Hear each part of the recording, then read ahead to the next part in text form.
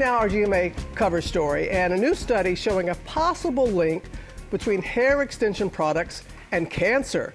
Our medical correspondent, Dr. Darien Sutton, is here to break it down. So what did this study reveal? This is important, Robin. Yeah. They're a multi-billion-dollar industry. As you probably know, millions of people are using these products, and this research raises concerns about the chemicals in them and the transparency of the companies that are supplying them. So why did these chemicals, or how did these chemicals get into these products in the first place? So important to know here, these hair extensions are often treated with pesticides, sometimes flame retardants, sometimes water repellents, and researchers analyzed more than 40 of the most popular brands, and they found at least 900 different types of chemicals.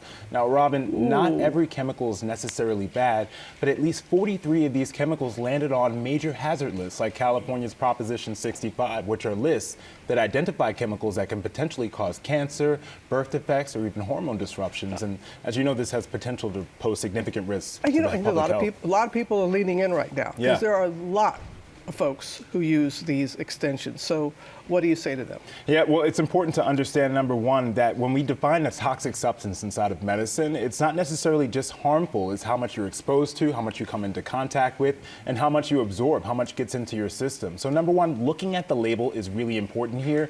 Experts advise look for labels like pre-treated or coated. Sometimes that can increase your risk of chemical exposure. And then stepping down your level of exposure. You can do that by washing your extensions beforehand. Sometimes that can reduce your risk.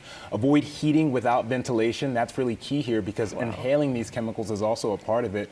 And then also looking for protective styles where it's not prolonged exposure to your scalp. You know, you can use all of these different methods one way or another to reduce your collective risk and your collective exposure over time. Yeah, and did I hear you earlier, you said even pesticides are sometimes found? Even in pesticides. extensions? Many people might not realize how much treatment goes into these products before they're packaged to preserve their quality. Wow, okay. Yeah. Dr. Sutton, appreciate you as always. Of course.